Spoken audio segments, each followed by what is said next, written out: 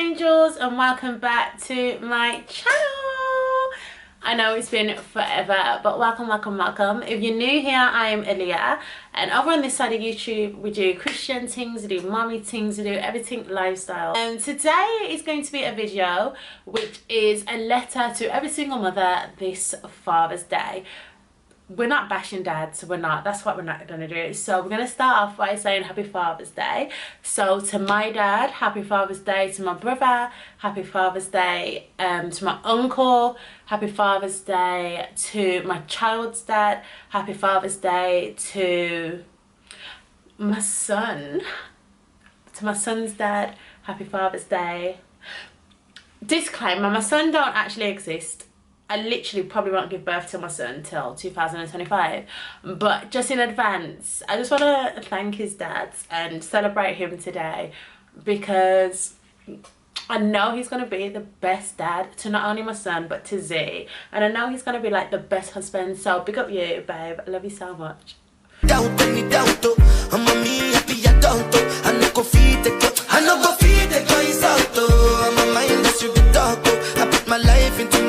So let's get into the video. Happy Father's Day, guys.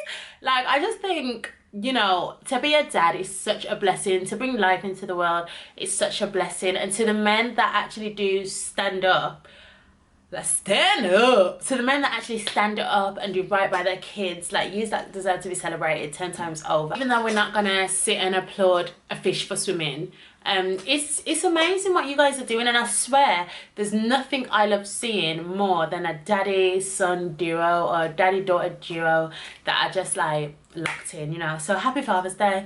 But as a single mother, I am very aware how triggering Father's Day can be. And for myself, till about 2 years ago, Father's Day was so sad for me. Like, by the way, my coping mechanism is laughing. So if I giggle throughout this video, it's just because the trauma hurts, so I'm giggling. Anyway, so Father's Day, like, you know, is very traumatic. Like, it used to be very traumatic to me, like. And the reason it was traumatic to me is because everywhere I would look, whether it was social media, the shops, the TV, church, everywhere I would look on Father's Day, I would see something that my daughter doesn't have and I physically can't give her. So as a mother, I can give her love. I can provide a clean, beautiful home for her. I can provide food, shelter, you know, all her necessities. I can meet all her needs, all her wants as a mother. But I cannot be a human that I'm not. Do you know what I mean? And I can't force somebody to be in her life either. So for me, like, Father's Day was very triggering for me. And I think what made it even worse was because I never admitted how I felt. One of my biggest coping mechanisms with my situation was acting like I didn't care. So it was like, he's done this, but F that man. He's done this, but I don't give a heck anyway. He's done this, but I won't attach to him anyway. He's done this, but I'm better at him anyway. Do you know what I mean? It weren't, all right, Aaliyah, you was 22 and you went through a very traumatic situation. Like, I didn't allow myself to feel that, you know, because I was on the defense. Does that make sense? But I feel like as time's gone on and I've healed and I've grown, and, you know, God's just worked the situation out. That's the best way I can put it. God's just put everything into perspective for me and worked the situation out. And I know if he's done it for me, he will do it for you also. The other day I was cleaning and I came across this letter. So I wrote this. This is like a series. It's one letter. So if you look, it's literally one page, and then this is like 2 pages. And I remember when I found out I was pregnant, and I literally looked, it's written on my work notebook because I worked in Empower at the time. And I'm a writer, so not a writer like I don't write books and stuff or plays or anything, but I have journals for days. My way of expressing my emotions is journals. Every single Boy, every single time my feelings have been hurt, every single time my friends have annoyed me, you best believe there's written evidence about it somewhere. Do you know what I mean? And in this situation, you know, I didn't feel comfortable talking to people at the time, and I was just going on. So I wrote a letter that I'm gonna share with you lot today. So as you can see, what I'm gonna do is I'm just gonna scan it and put it in here rather than like putting it in the camera. So this is what I wrote, guys, and I'm smiling because it's emotional. Anyway, so the 6th of the 3rd 2018, dear my unborn child, my little shocker, you literally have me and your dad in bits. We've been at each other's throats since I told him about you yesterday. He's shocked and scared as I've told him there's no option but to keep you and give you a chance at life, my little cutie. I just know you're growing healthy and can see how your mum is going to protect you. When I took that test, I knew for a fact I was going to continue with this journey, and I vowed I would give you the best life I possibly can. Period. So the 8th of the 3rd 2018, so we jumped dates, so I just kept this notebook, and whenever I would feel something, I'd just write something down. So Bubba, I love you so very much. You would never believe how much I have had to fight people off when they're trying to tell me to get rid of you. Ha! Me get rid of my own child, my little princess. There's actually no chance. I promise you, even if it's just me and you till the end, so be it. I'm not gonna let no one's person shift my judgment. My little baby, I love you so much, and on God, nobody will make me switch on you, or nobody will make me pass judgment or scare me into hurting you in any way. So this was when like everyone was telling me have an abortion, have an abortion, have an abortion. And at the time of my pregnancy, I couldn't even understand why I didn't want to have an abortion, because I had just started a new job. It was my first ever corporate big girl job. So although my salary was enough to look after me and a child, I had just started, so I didn't know what that looked like with maternity leave and all them things. And then my daughter's dad was being like not the most supportive human. He wasn't being supportive at all. My mum wasn't being supportive, but she's changed her attitude now, so don't attack her, guys. My mum wasn't being supportive. My friends, I was the first to have a baby, so they was more like, if you have an abortion, we get it, you know, because we can be city girls. But I physically could not follow through with an abortion. So about a month later though, 10th of the 4th 2018, Bubba, I keep having mixed emotions on this situation. I love you and I feel like this is my way of protecting you. I don't want to bring you into this world and not be able to provide for you, or not be able to just be a happy mother because I'm struggling emotionally. I'm so sorry. I'm so sorry for being selfish. I'm so sorry for not being able to see the bigger vision. So this is when I booked my abortion, and I was genuinely going to go through with an abortion.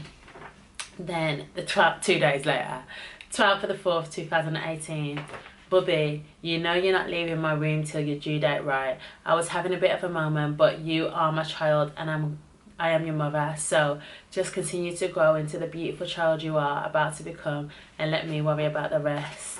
Apparently after Saturday I'm going to start to feeling you move around me, like having a little dance around me, my little cutie. Just go easy on mommy. I've been feeling so tired and ill this morning. I've literally been sleeping on my desk all day, but I don't mind anything for you, Bubby. 26th of the 4th 2018. So yesterday I saw you for the first time in my dream. It was a dream of my first scan, but I honestly, mommy, okay, so I said this, so you could see like the emotions. Let me read the rest and then we'll chop it up. So then the 26th of the 4th 2018. So yesterday I saw you for the first time in my dream. In my dream, it was a dream of my first scan, but honestly felt such a rush of love. I seen you It was crazy how much I love you already. I honestly think about you every single day, every single moment. My little baby girl, man, I love you so much. Bear in mind, I had no inkling that Z was actually a girl. I hadn't even had my first scan, but my mother instincts just told me, like, this is... Holy Spirit told me she was a girl. Then 27th of the 4th, 2018, my baby, how are you? I told my manager about you today. She was so happy. She said she's going to do everything she can in her power to make sure we're sorted. I love you. Then the 19th of the 6th, 2018, my little munch, my little sweetie, my perfect little love bug. I was just reading back at this letter and goddamn babies, have we come so far together. So tomorrow you are 20 weeks. Can you imagine? I can feel you kicking around inside me. We've moved into our own little apartment now and it's absolutely lush. God really did have our backs, didn't he? The sweetest thing is we have each other. We literally are joint by body at the moment, and I'm honestly so happy you chose me to be your mummy, my little sweet pea. I love you forever. 22nd of the 7th, 2018. Oh, I'm getting emotional. Don't. Baby boo, I love you. So we had our scan almost 2 weeks ago now, and oh my, you have grown so much. I'm literally so proud of everything you are becoming and how big you are growing. I can't wait to meet you, sweet cheeks. And I'm literally getting emotional because as I read that back, I remember the headspace I was in. And if you look, like at the beginning of the letter, I was all over the place. I was like, you know, it was tough because I was 22 and I was on my own pregnant. Like, I was a baby, man. And I know I'm not the first 22-year-old to go through a situation like such, and I know I won't be the last, hence why I'm making this video today. But it's just beautiful to see how far I've came.